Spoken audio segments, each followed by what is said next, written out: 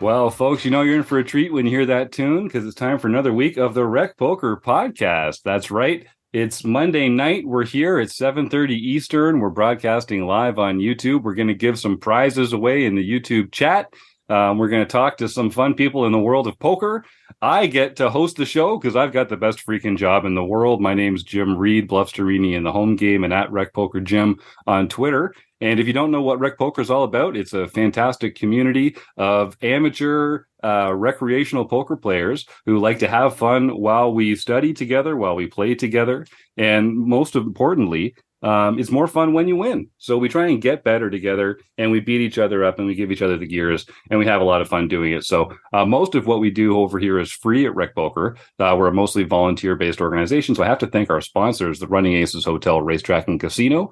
And I have to thank the Wrecking Crew because you get used to hearing my voice on Mondays, but it's really a crew. It's a village that runs this whole organization that makes all the magic happen. And if you want to find out more about me and the rest of the Wrecking Crew, you can go to rec.poker/crew or just listen up because you're going to meet a few of them right here tonight on the air. I'm Chris Jones. You can find me 5B5 on Twitter or 5x5 in the PokerStars home game. My name is Joe Kulas. You can find me on Twitter at JoeCoolPhD, cool with a K, or in the home game at Elvita11. And I'm John Somsky, Poker Geek MN everywhere. I'm Michael Babker. You can find me online at mbabker, pretty much any place that's worth being. And I'm Rob Washam, and you can find me as Radman50 just about everywhere. And we had a surprise addition to the panel tonight. Michael Babker has been jumping into the fore because our long esteemed Mark Praschan was the technical director here at RecPoker for a long time. Literally built the website. Literally put up with weekly meetings with Steve and I for a long, long time. Mark Praschan needs no introduction, but I'm going to give him one anyway. A star in the sky, a man among boys. I'm so glad to have Mark back on the show. Mark Praschan, welcome back to the RecPoker podcast. Thank you. Thanks for having me. That was quite an intro, and maybe some of it was true. Well, I remember. It feels like I want to say like January 2019 or something like that. January 2020 maybe, where we first got our wires connected through Steve about your being a podcast listener and wanting to get more involved with the organization. And it just so happened that you had this great skill in building websites. And then, I mean, God, a couple years later, we are so much further ahead. You're really a crucial part of what we've built here at RecPoker. And there is no replacing you. It's been remarkably, I mean, we're really lucky to have someone like Michael Babker, who's a very active premium member, one of the OGs over here at RecPoker, to step in and really help with some of the stuff that you've been keeping a hand on the tiller for. And I should give Michael a shout out because he's been fantastic. We even had a little issue over the weekend coming out on our for God's sake, on our Discord channel, and he was right in there on Saturday, not afraid to take the bull by the horns and help out. But Mark, I just feel like we've spent so much time talking, you and I. We've had so many meetings, you've solved so many problems, you've built so much of this stuff here. What does it feel like now? It's about 3 or 4 months since you've moved on. You've had these other fantastic projects that you've been working on. What does it feel like to kind of come back to RecPoker as a bona fide guest and not sort of someone who's part of the organization? I'm so excited to be talking to you like this. Yeah, thank you. I'm excited too. It's great to be on as a guest. We had many meetings and many more hours spent trying to build this thing that is now rec.poker. And so it was a pleasure to work on it for a few years, and then my day job kind of dictated that some of that arrangement would change. And so I stepped away a few months ago in earlier 2023 and been pursuing some other things that we'll be able to talk about. And I'm excited to be here. Thanks again. Yeah, well, let's dive right into PokerFAX, because PokerFAX is something that I know you started developing a while ago, and we kind of saw an earlier iteration, and you've been tinkering with it in the lab ever since then. I don't want to put it into my own words. Why don't you kind of explain what you've put together here and why it's so valuable to the poker world? For sure. So it's PokerFAX, FAX. You can kind of think of it as Carfax, but for poker tournaments. And the thought process there is that structure sheets can be way better, because right now there's no real standardized way for them to be formatted. Sometimes you have key pieces of information, sometimes you don't. If you try to access a PDF on your phone while you're at the table, excuse me, that's not going to go well. You're going to have to pinch and zoom, and it's probably going to be difficult to use. So being a website guy as well as a poker guy, I thought, why don't I throw some things together and come up with a demo? So it was actually a long time ago now. It was about 18 months ago. I threw together a demo, and I just put it out on Twitter to see what would happen. And it, at least in my terms, it went kind of viral. There was, I think, 25,000 visits to it within the span of like 24 hours, which is a lot of eyeballs on something that I just whipped together. So the feedback was really, really positive. I heard from people on the panel here, as well as professionals in the industry, pro players, tournament directors. There was a lot of people saying, this is a cool idea. Let's see where this goes. So that's kind of the high level view of what PokerFAX is about. And so there's ways to kind of compare. Oh yeah, Joe makes a good comment in the YouTube chat. That's 50,000 eyeballs, 25,000 visitors. Yeah, that's right. That's really just an even more impressive number of eyeballs. That's right.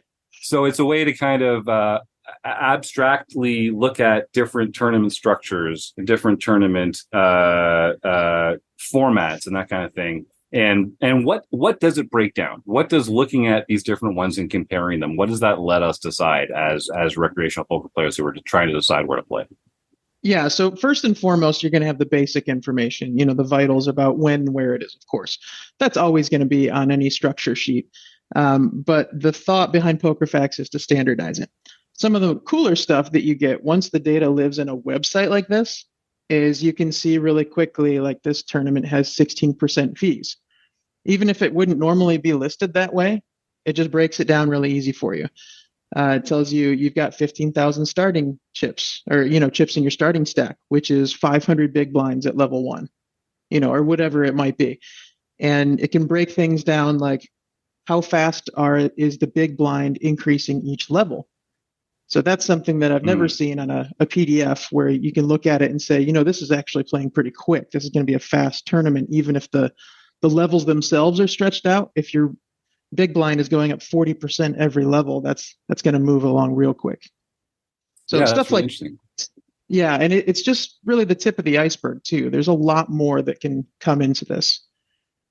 And so go ahead. Please. I was going to say, if you're in the YouTube chat and you have questions for Mark, feel free to enter them in there as well. And of course, we're going to be doing our food bank prize giveaway at the end. And we're also going to be talking to Joe Kulas a little later in the show as well. So if you've got some questions for Joe, I know the food bank is something that's near and dear to his heart as well. So Mark, I think this is one of the cool things about it. I mean, you can compare some of these not obvious metrics for a lot of the different tournaments. And so is this something that if I play at a local card room, I can take a structure sheet off the rack there and go to the PokerFAX site and enter it, and then get like a readout, or is it something that once the tournament's finished, I can enter data about what happened at certain points along the way, or how do people use it? Yeah, right now the site is in early access mode. So there's a handful of tournaments that have been picked from around the country. There's a WSOP event. There's, I think, a Run Good event on there. There's only a handful of them right now. Part of the reason I'm so excited to talk to you guys on the podcast today is that it's time for additional feedback. Get more eyeballs on this version of the site. What are some additional things that you'd want to see? You get to help shape what this turns into. So are there some critical stats that you think would be great? would you like to see one of your favorite card rooms next tournament turned into a PokerFAX? So if you do want that, you can just go right to PokerFAX.com and click on Add Tournament. And then all you have to do is either add a link or a PDF right there. And then I can take that and turn it into a PokerFAX. So it's not a instantaneous thing right now, but it's pretty quick. So generally about a business day. It sounds like. Yeah, it's a semi-automatic process right now. So I have to do a little bit of work behind the scenes, but the system displays all the data and breaks everything down for every tournament. We just have to know which tournaments people want to see put on the site, and we'll start with those. Chris Jones? Yeah, Mark, I've been a big admirer of this project from the beginning. I think that having these things be accessible in a mobile way when so many poker players themselves are accessing this stuff from mobile devices, they are doing that pinch and squeeze. And, like even if you're not at a tournament, like if I'm going to a tournament, I'm often accessing it on my phone and trying to figure out, how many chips do I get? When does it start? All those kinds of questions. Yep. But I'm curious about what you have heard from players specifically about since the early launch of this. What are some of the things that maybe were like that you've added in or have been sort of eye-opening to you? That what has been the player response that as people have started to see this, and what have they wanted in sort of the kind of tournament information they're looking for as they're trying to find this information? Yeah, and thank you for your feedback along the way. I know as long ago as the early demo, you were in there providing feedback, and that was super helpful. One of the biggest things that I heard from pro players is just they wanted the data to be easy to access and standardized so that they don't have to figure out a new format every time they're looking at a PDF. And, sometimes you're trying to look up like a WSOP or a larger event. There's a PDF that has 50 pages in it. So not only do you have to zoom in once you get there, you have to scroll and flip, and it's just not a smooth process. Certainly not something you want to be doing if you're at the table. You don't want to spend 5 minutes trying to, be distracted on your phone, just trying to get a quick piece of information.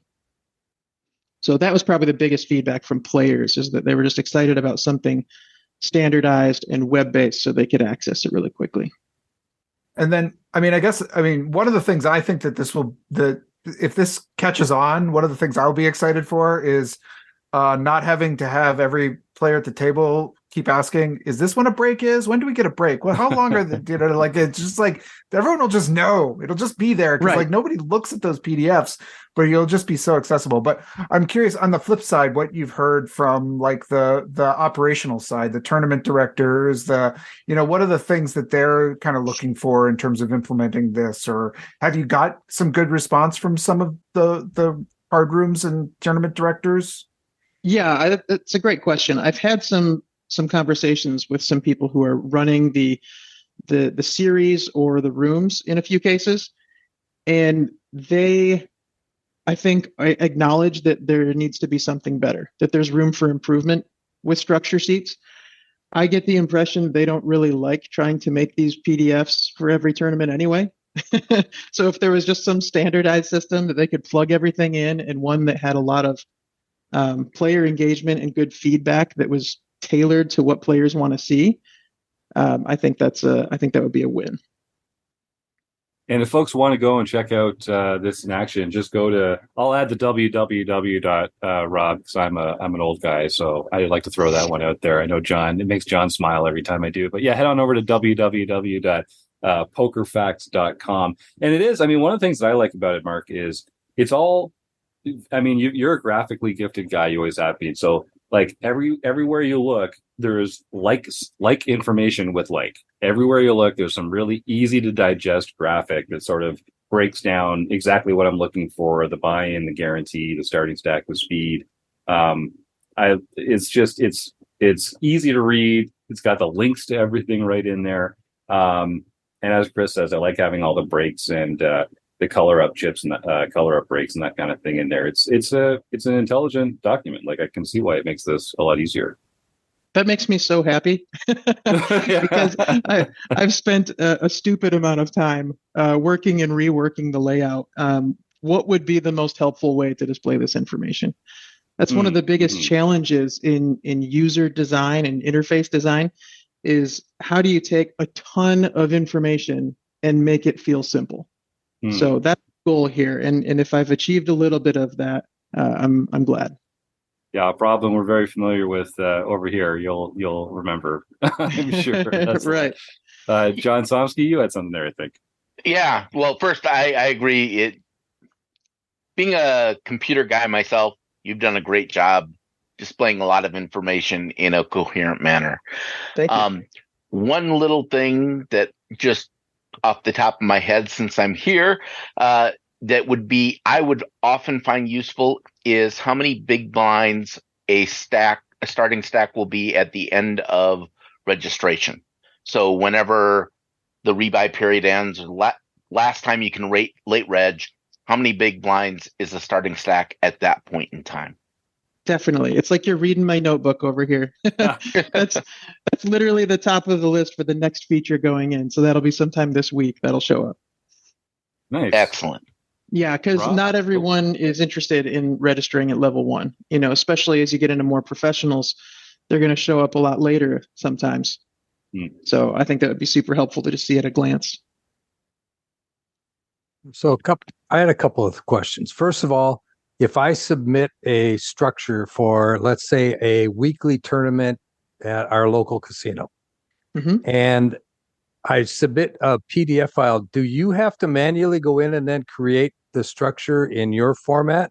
Or how does that whole process work? Is that a real manual process, or do you have something automated there? It's, I would describe it as semi-automated. It takes about 5 or 10 minutes to do the whole thing.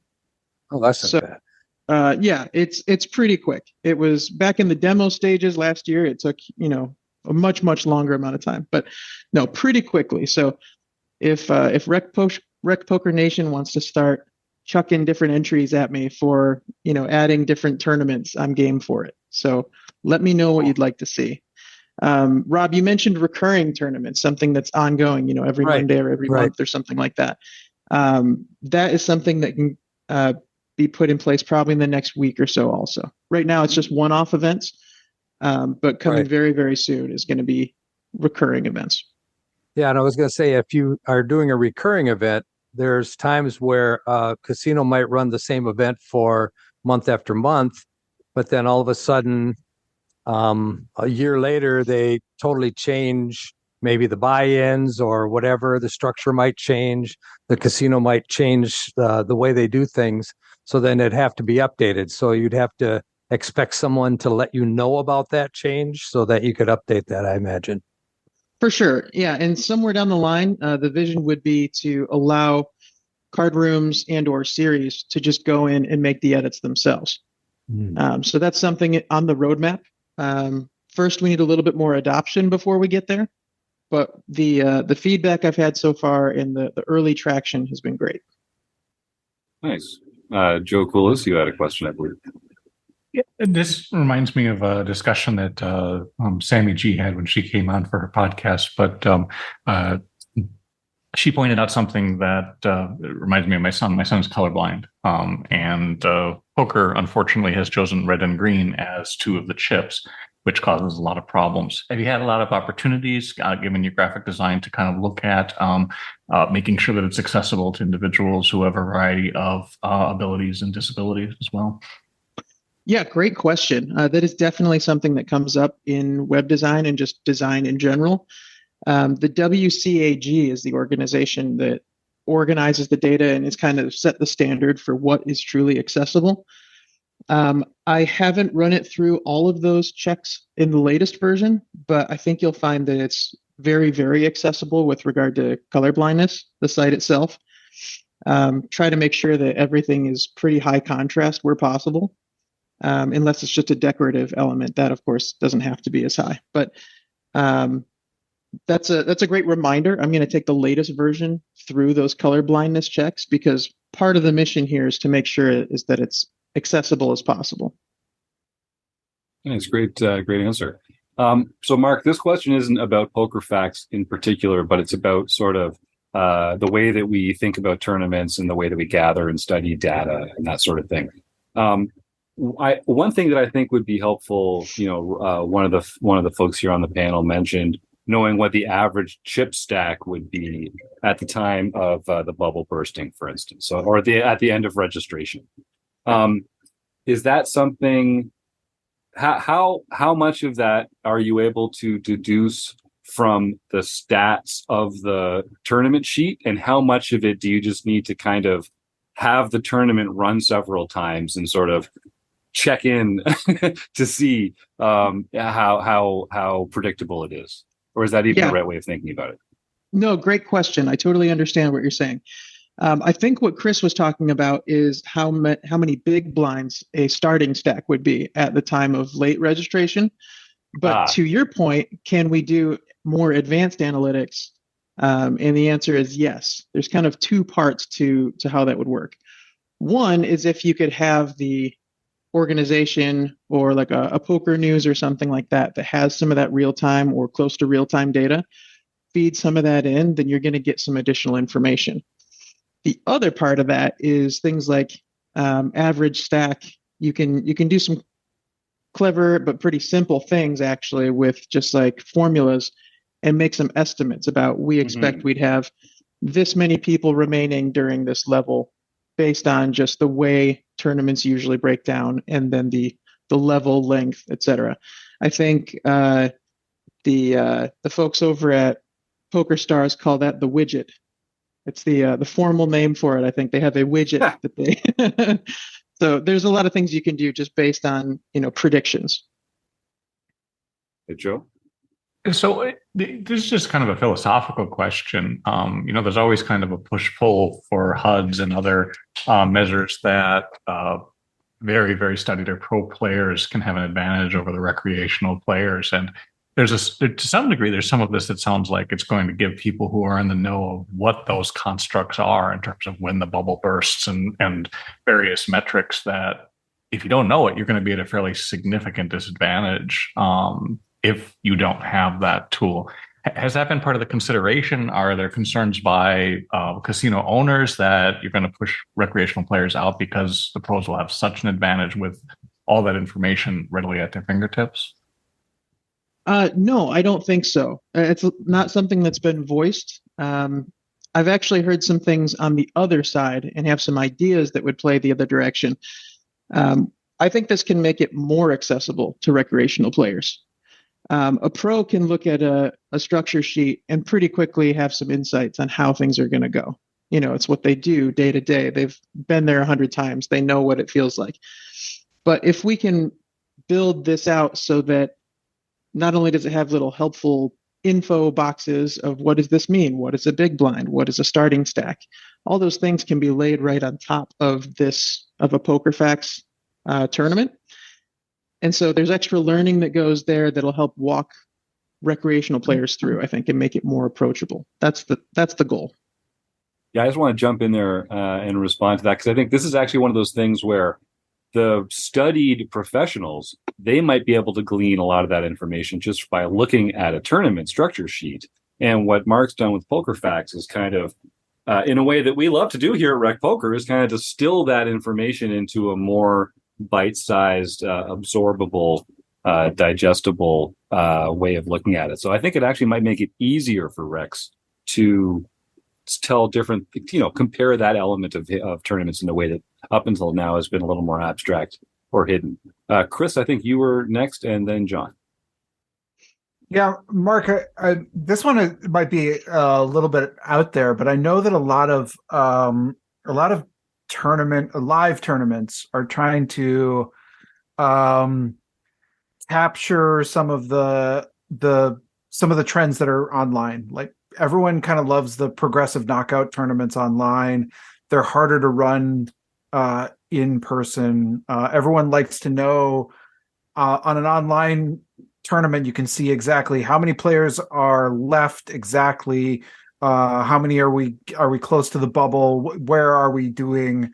And I'm curious if you think that this tool Right now, it's really just based around structure sheets. But I'm curious if you think that this tool has picks up enough sort of volume where it could actually start to become a little bit of a live tool for actually enhancing some live tournament sort of experiences and maybe being able to address some of those things that people are trying to figure out how to do live. Yeah, I think so. And that goes back to kind of what Jim was saying about the possibility of adding in real-time information. That's definitely a component that could exist in the future. Not just a planning or an informational tool, but yeah, something that's providing you kind of breakouts on, the average stack is much smaller than would typically be expected at this point. That sort of thing might tell you to adjust your play a little bit, or at least, be more cautious, or the bubble is taking much longer than expected. I'm just going off the cuff here, but that sort of real-time info could definitely be a cool tool that could be added in. Yeah, And, John, jump in there. Yeah. So one thing I wanted to mention is regarding for novice players, I think one of the nicest or biggest advantages you have is showing the fee percentages, because I think most players don't pay enough attention to that. And they might decide that when they're looking at the $30 tournament, which takes 50% fees, or the $60 tournament, which takes 20% fees, which one is really the better deal for them. So I think that's great. Also, as far as the real-time things, hopefully this will become popular enough that you could automatically integrate with things like Bravo Live that already has some of that information. I mean, they don't have the structure information the way you do laid out, but they do have the number of players available. And if you could integrate with that, that would be awesome. Yeah, for sure. I'm not trying to reinvent the wheel here. I'm trying to supplement and complement what's already out there in the poker world. There's folks like I mentioned earlier, Poker News does a great job of, reporting on some of the larger series and events. So my hope would be that PokerFAX could slide right in alongside them and provide some extra information. Nice. Well, I've got one more question for Mark here. So last chance, folks, if you're watching live on YouTube, get your questions in there. So I'm glad that John was the person who was speaking earlier, because everyone who knows poker is familiar with the Somsky ratio. So that's the ratio between the player with the smallest chip stack and the player with the largest chip stack at the final table. That's settled, established poker lore as far as I'm concerned. But what I think we need, I'm trying to figure out a way to do a metric on tournaments. Like if you play in our PokerStars home game club, the PokerStars lobby has a chip graph tab that you can open that will show the tournament average chip stack as the tournament progresses. And you can kind of see at times it's inclining and a steeper level, and then it flattens out and then it curves back up again. So that's kind of, it's an interesting, it's obviously you could predict this or you could track it in real time, but it kind of gives you a sense of what the average chip stack is at every point. Mark, what I want, the Reed scale or whatever we'll call this damn thing, if we can figure it out. I want to know the average number of the average stack in big blinds for each part of the tournament as we go along. Because knowing the chips and knowing the structures is one thing. I feel like it should be really easy to just have this sort of, you'd have a shape. You'd have essentially like a line defined on a graph that would represent the like speed of the tournament related in average big blinds. Does that even make sense? Is the Reed scale just a thing of fiction and mystery, or is there a way that we could actually standardize that across various tournaments and tournament structures and styles and that kind of? Yeah, that's a cool thought. I think there's two ways to approach that. One of them is using estimates based on how things have played out previously. And you could kind of come up with a general shape of this is what we would expect at, level 9 when the blinds are 1,000, 1,500, and what would the average stack typically be? I think that's a cool thing that we can definitely put in there. The other part would tie more into real-time information, where if you could actually have close to real-time stats in this tool, then you could have all sorts of information. I love the idea of adding additional charts. And now that the foundation has been laid for the tournament structure sheet on PokerFAX, it's going to be easier and easier to add additional things. One of the things I want to look at is payouts and what that, visualize what the payout looks like. Are they paying 10% and is it all top heavy? Or is this tournament planning on paying, 22% and it's going to be really shallow, ladders as the pay scale goes up? I think that sort of information is really helpful, especially to recreational players too. No, I think that's a great point. Yeah, sort of the steepness of those, right? Because those are very relevant and they're hard to describe formulaically. Rob? Yeah, and those really affect ICM factors based on how shallow the payouts are or how steep they are. So I was just going to mention one thing. I know that back in the day, I planned a few home game tournaments for different players or different people that I know. And there's this website out there where you can put in how many players you expect, the denomination of chips that you happen to have, and the numbers of chips you happen to have, and then how long you want the tournament to last. And it will create a structure sheet for you.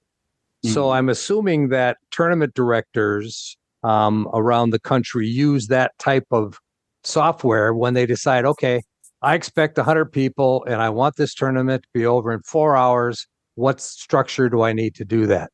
So if that already exists, then I would think that there would be some way to use that type of program that already exists along with yours to come up with some of these metrics that we're talking about. Like how many people do you expect to be left after 8 levels or something like that? So that would give you kind of your averages without having to worry about tracking actual tournaments that happen, because that information is already out there that people are using to determine how to structure a tournament to begin with. So for sure. Just a thought. Yeah, and that reminds me very much of a couple weeks ago, you guys had John Barrows from Running Aces on. Yes. And he was talking about specific things he does to kind of tweak where that tournament is going to play. How many hours do they want the tournament to go? Yeah, so that data exists and it can be reverse engineered and shown in a more helpful way for PokerFAX, for sure. Nice. Chris, you want to roll on out of here with the last question of the interview? Mark, if somebody's listening to this right now and saying, I want this to exist. I'm tired of pinching PDFs and not being able to find all the information I want. I'm tired of all these different sheets. This sounds amazing.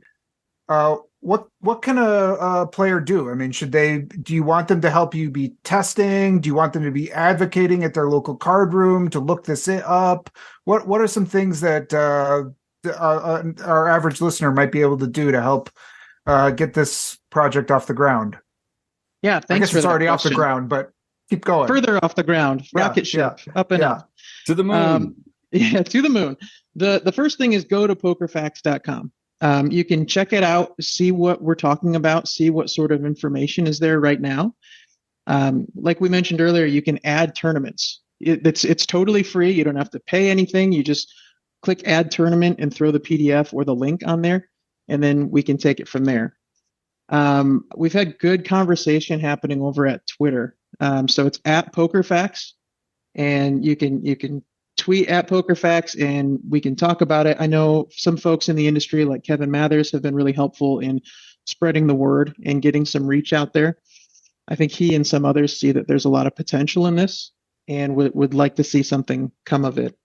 The other thing that I would ask folks to do is to talk to their local card room. Say, hey, have you thought about doing structure sheets in a different way or putting them online in an accessible way? And you can mention PokerFAX. I'd be happy to have more conversations with the folks that are running card rooms or different tours. Would love that. Nice. Well, I hope if you're listening, folks, check them out at www.pokerfax.com and also on Twitter, like I say. And you might still be able to reach him at mark@rec.poker. If you send that email, you never know. Mark, don't let me put words in your mouth, though. What's the best way for people to actually get in touch with you if they want to talk to you or find out more about you and what else you've been working on? Yeah, probably Twitter. So it's at Mark Praschan. You'll probably need the show notes for the spelling of that last name, but We'll make sure it's in there.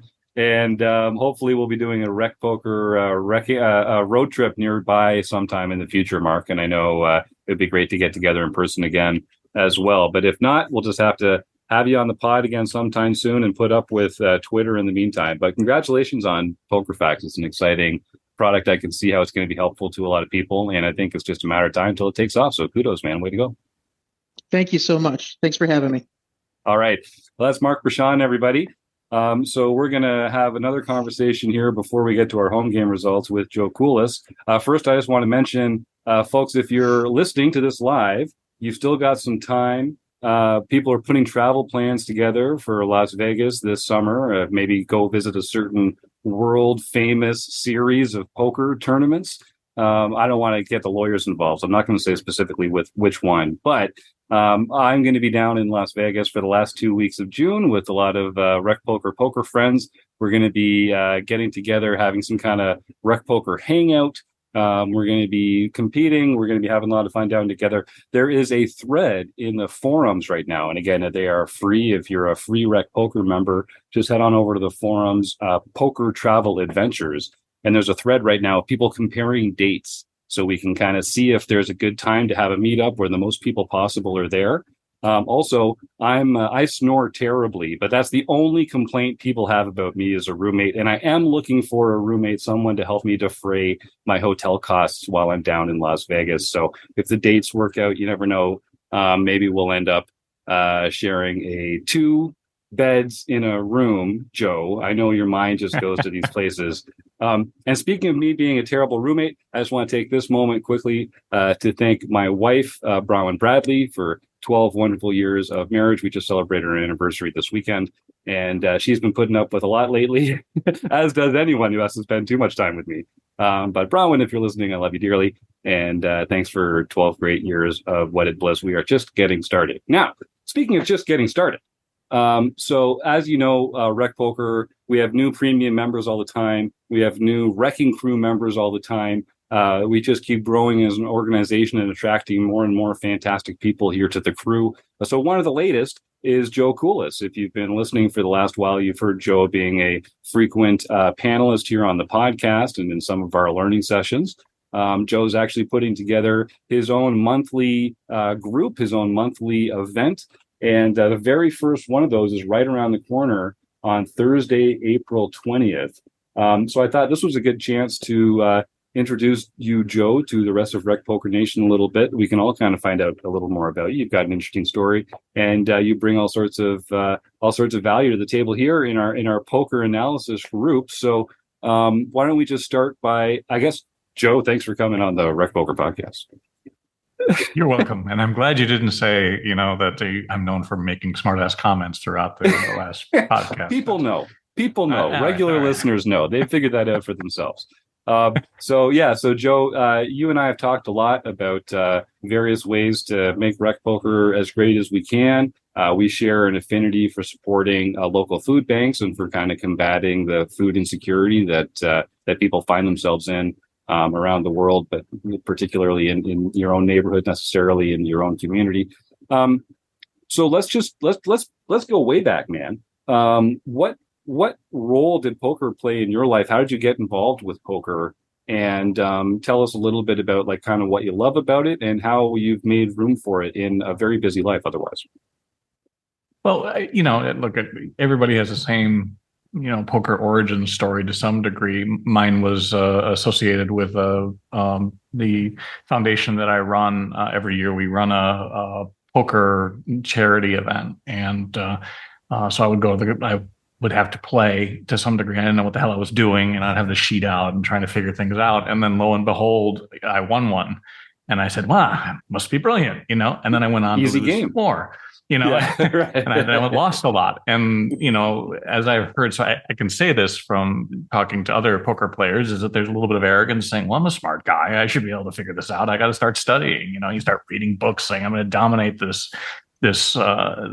little parlor game. And you kind of get trapped in the context of, well, this is where I can spend a lot of time learning things, enjoying the time. I mean, in Connecticut, we don't really have that many places to play just up at Mohegan. So I spent more time studying than I did actually playing in the hopes of winning this one tournament every single year. And, and then you start listening to podcasts and suddenly you find yourself kind of wrapped up in the world.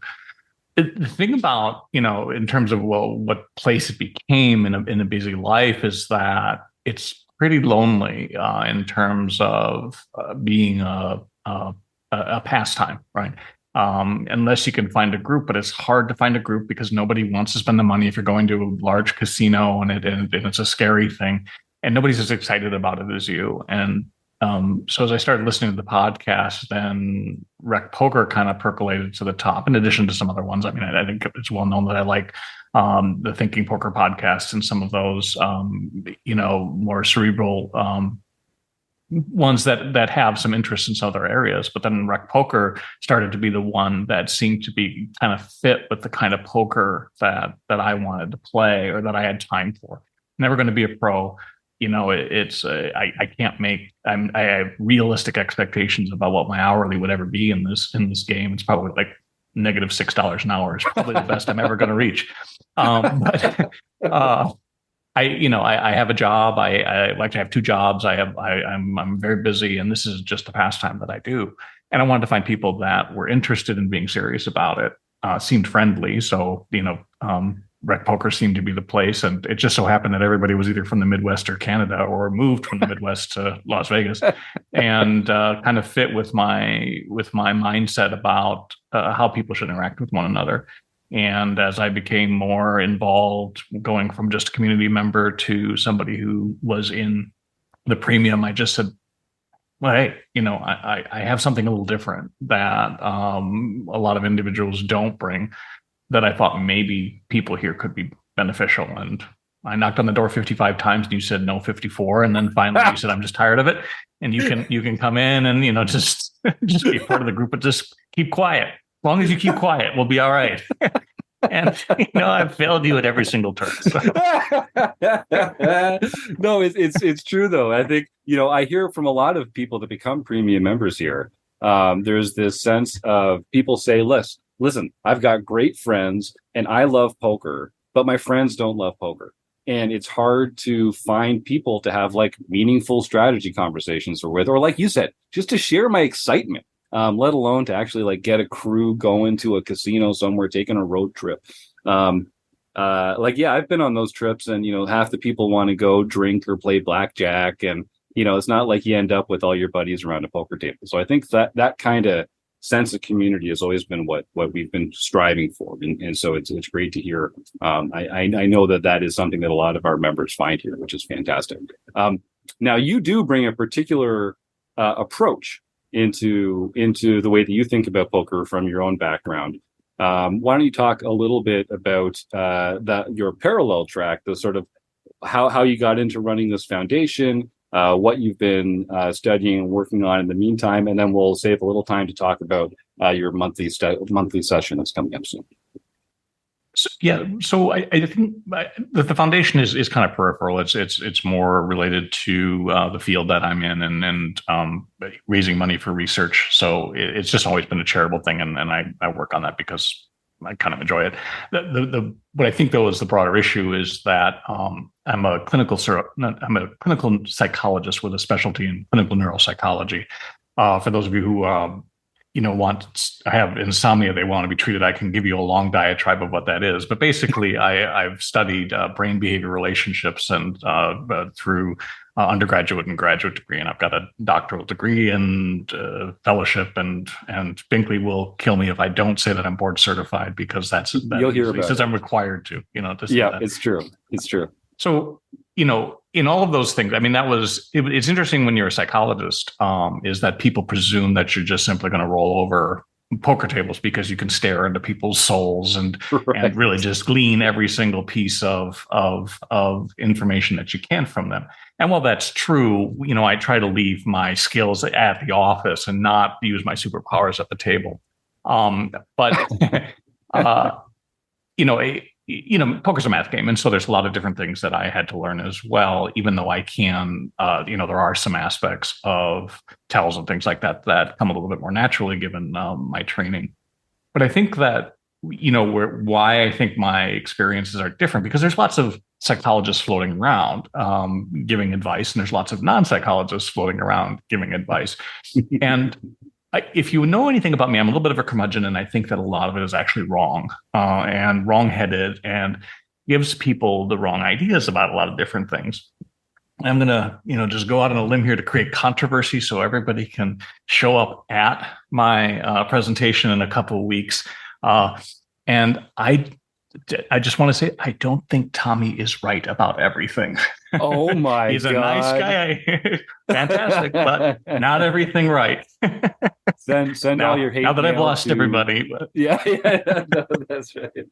No, but I think that's a really good point, Joe, because like, you've said before, the poker world is full of well-meaning people who are saying things that seem to make sense, but they're not really credentialed or trained in those areas enough to speak from a place of expert knowledge in those areas. So is there something in particular is there one like bad piece of info out there in particular that gets your goat, or are you just going to try and sort of go month by month and sort of exploring the space with what's in front of you?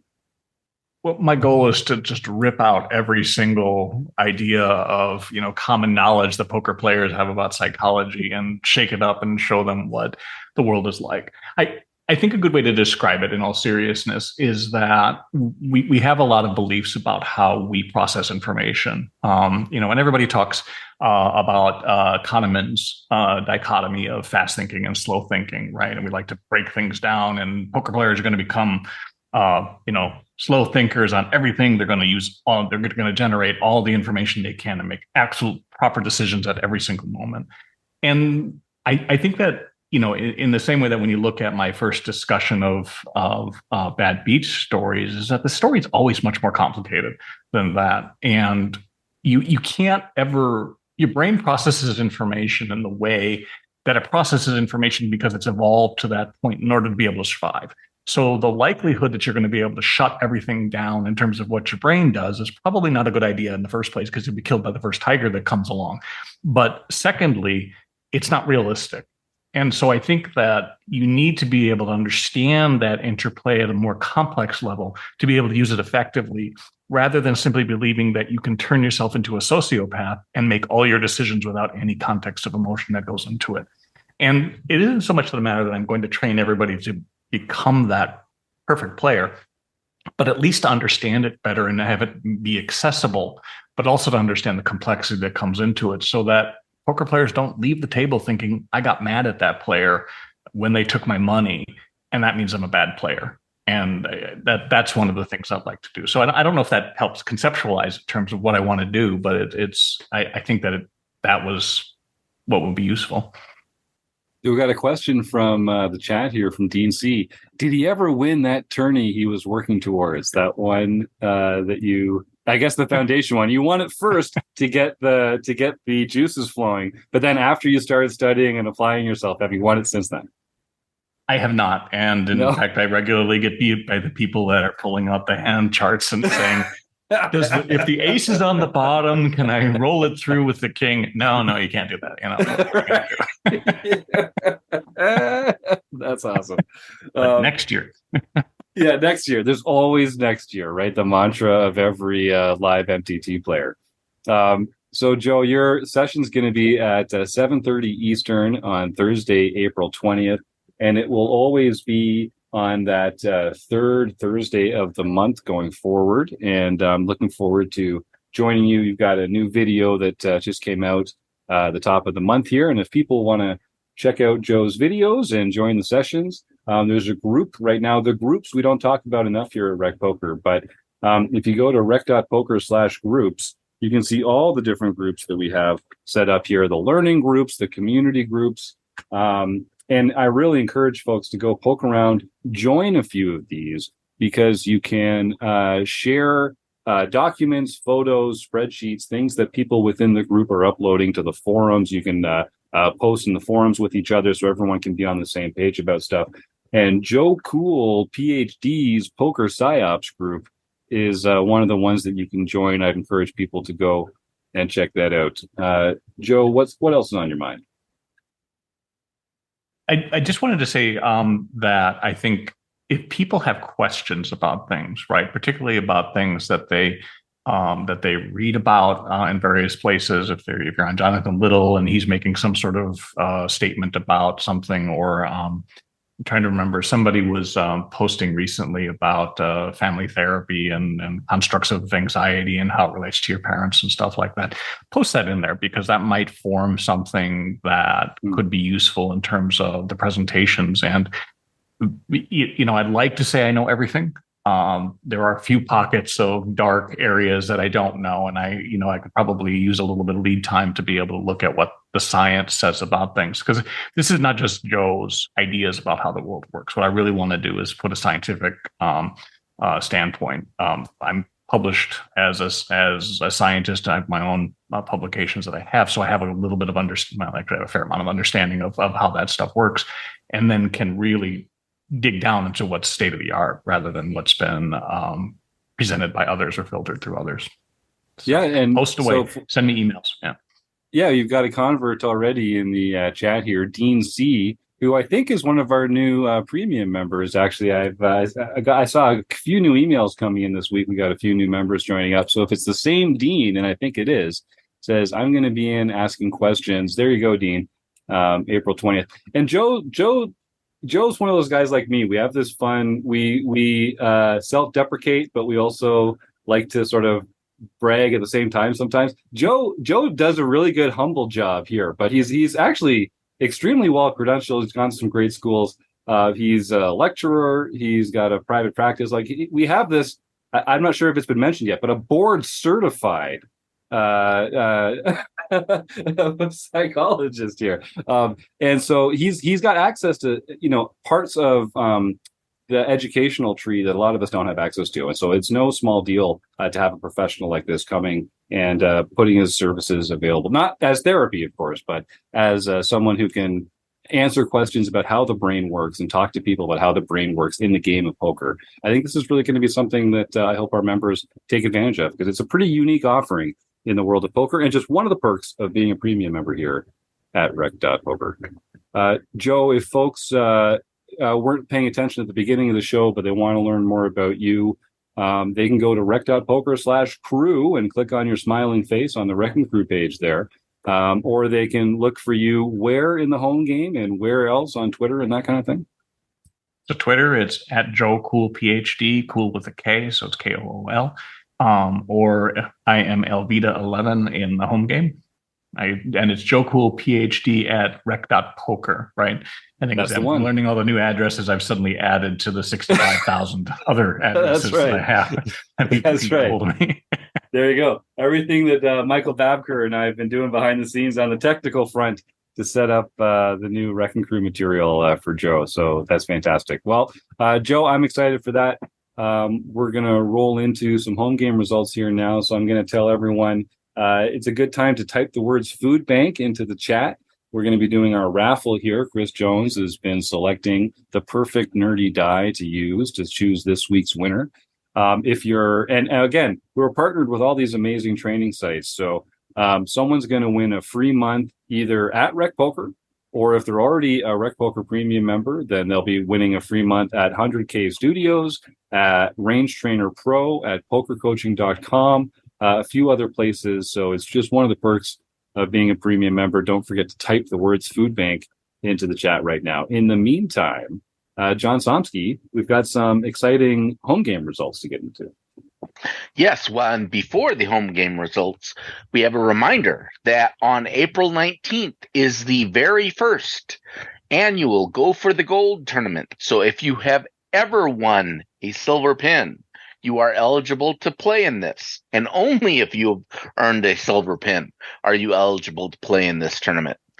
And as of right now, only 17 of the 36 people who are eligible to play have signed up for the club. Is that like a pin overlay? Is that what's happening here? That is exactly what's happening here.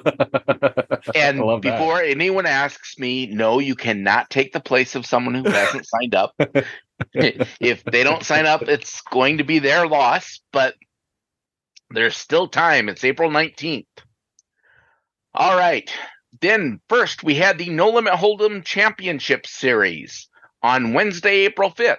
And Bone Crusher 14, Marcel Dusk, got his first No Limit Hold'em Championship victory. On April 3rd, Keto Man 335, Kian Tavakoli, got his 5th nightly victory for the year. Duck and Run 99, Michael Savage, got his first nightly victory for the year. Yeah, he's in the chat tonight too. Way to go, Michael. Could win twice tonight. You never know. You never know. You've already won a home game club. You could win a raffle too. Kekgeek got his, that's Kekgeek Sr., got his 4th nightly victory for the year. Lars Opening, George Borden, got his 1st nightly victory for the year. Nice. And on the Discord chat, it was announced that he totally owned that heads up. I don't know if that came from his opponent or if someone else was just watching. I'm just saying words were said. Hey, listen, I've noticed Larson Opening coming onto the scene every Tuesday night in our online play and hang. There's a group, all the premium members are welcome to come and have fun with our gang on the Tuesday night OPA. And when he started showing up, a couple people were like, who's this Larson Opening guy? Like, he's making waves here in the home game club. And I'm glad he's finally found a home in the winner circle. Way to go, man. Overdue and well earned. Congratulations. So now, that was his heads-up opponent, too. That was his heads-up opponent that made that comment, because his heads-up opponent kicked my butt in the February Tournament of Champions heads-up. I see. He's been in the heads-up situation a few times, so he knows what he's talking about. Amazing.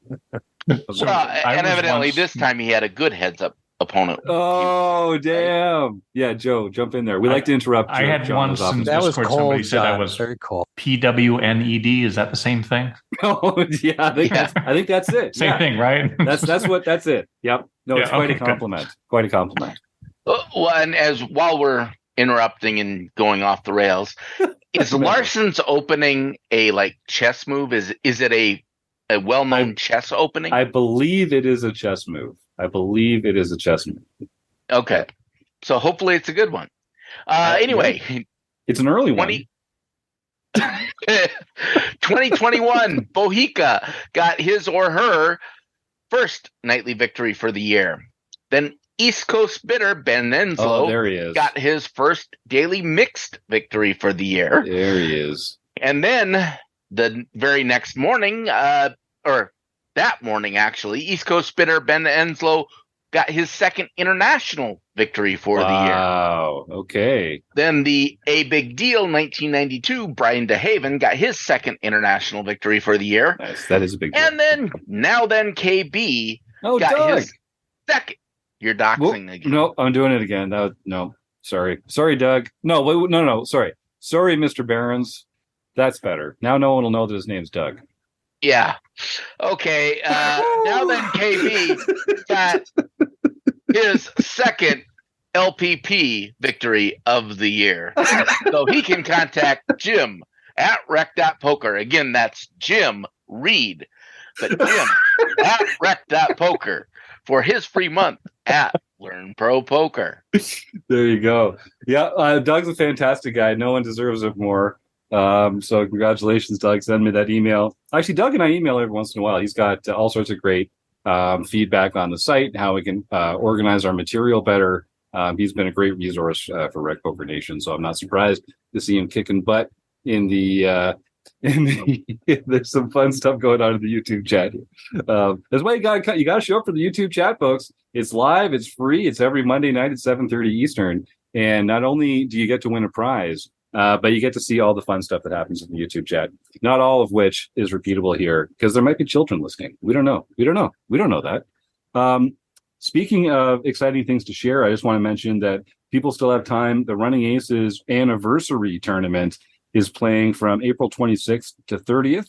It's a $500 buy-in tournament, and it's right around the corner. If you're listening live, you've got about 2 weeks to get your butt over to Columbus, Minnesota, and join the fun over at Running Aces. Again, that's the Running Aces anniversary tournament, $500 buy-in from April 26th to 30th. So, yeah, I think we're going to take a note from Joseph Kulas here. When we do start having to get the lawyers involved, we'll give them, do we cheat them and how? Give them a call. Make sure we've got them on retainer. That's I've heard good things. And hopefully they don't fine you for every time you mention the name, because just like once you start that process, it's just like you can't stop saying the name. It's true. It's like a little short. Eric Anderson wants to know, is the Tournament of Champions tonight? It is. And so tonight is right after we stop recording this. We'll be recording the final table of the monthly Tournament of Champions because every month, one of our monthly features is the online review and hang. You've heard about the online play and hang every Tuesday night. We also every month review the play of the final table of the Tournament of Champions, which is a lot of fun. No soft seats in that one. You have to win a RecPoker home game even to find a seat in the Tournament of Champions every month. And yes, Eric, that is tonight, 9:00 Eastern. Eric also says Larson's opening is a chess move and way over my head on Wikipedia. Okay, I think you're in good company there, Eric. Then that doesn't surprise me. So I see a few people have typed the words food bank into the chat. We're going to give them one more chance before we roll the die. Does anyone have anything else coming up that people should know about? I know John mentioned next Wednesday, the 19th, is the Go for the Gold. Very exclusive tournament, no asterisks. Will be coming out of that tournament, although I know one at least is going to be working their way in. Other than that, well, I think actually, that could be a way that an asterisk comes out. I mean, if an asterisk goes in, an asterisk comes out. Garbage in, garbage out. Isn't that? It is. That's the logic machine. That's how it's always worked. Yeah, and before you play in that tournament, you could visit the book study because we'll be talking about exploiting situations in The Poker Brain by Matt Matros. So it might give you just a little bit of a tweak when you go into that Tournament of Champions and look for those situations that you may be able to exploit. I like it. Rob's running our book study, which is probably our longest running feature here for our premium membership. We do 2 or 3 books a year. Rob is our fearless leader, preparing slides, prepping the discussion, facilitating the group, and he does a great job with that. And this has been a really interesting one with the Poker Brain by Matt Matros, and it's been great to see all the material going up in the forums there and people jumping in. It's not too late to get involved. You can catch up on previous episodes in the archive and come join the fun every other Wednesday night. All right. I think we've given people enough time. Chris, I don't want there to be any tomfoolery or bamboozling. So I see Eric, Michael, Dean, Evil Roy, just 4. I see. So folks, your odds are really good of winning a prize. You might just want to just pop into the YouTube, just put it on your phone while you're driving home or something like that, or maybe while someone else is driving home. And just keep it up until the end here, because if you enter the words food bank into the chat, some of these months that we're giving away are worth like $40, $50, $80 a month for the membership to some of these sites. So it's no joke. Come win a prize for free here in the YouTube chat. All right, Chris. Get home alive. Don't type food bank to drive. No, that's right. But if you're going to help out our sponsors from last week and do it from the right lane of the highway. Don't waste your time in the left lane of the highway. That's for suckers. Thank our sponsors by shouting RecPoker out the window as you enter the right lane. The right lane. All right, Chris. I should mention that one of my upcoming episodes will be a complex psychoanalysis of why Jim seems to hate cars and roads so often. It's really just certain cars on certain roads, multi-lane highways, and the cars that drive slowly in the left lane of them. Don't give away the lead. Wait, we're No, you got me started. We'll help you, man. We're doing a whole nother 20-minute segment right now. Okay, no. That's right. All right, Joe, thank you. I need that help. I'm looking forward to that. All right, Chris, have we... Am I rolling? Is that what's happening now? It might finally be time to roll the dice. Yeah, let's see what we can do here. You got the four-sider? I do. And it is... I had to turn on the light here. It's a 3. A 3, that's Dean. Dean just cannot stop winning. So, Dean, lucky you, I believe, are already a RecPoker Premium member. So you have won something very exciting. Send me an email, jim@rec.poker, and we'll figure out the details about exactly what your choices are to win and how we can put it in your hot little hands. Congratulations, Dean, and thanks for joining the show. Well, folks, if you're listening, I hope more of you are like Dean. Come show up on Monday nights, 7:30 Eastern on YouTube here and have some fun with the group. And other than that, I guess with no other news to share, I just really have to thank the Running Aces Hotel, Racetrack, and Casino, Michael Babker, Chris Jones, Joe Kulas, Rob Washam, John Somsky for joining me in the booth, Mark Praschan for being a great guest and all he's done, and the rest of you listeners, you're the best. I'll see you next week, if not before. Thanks again.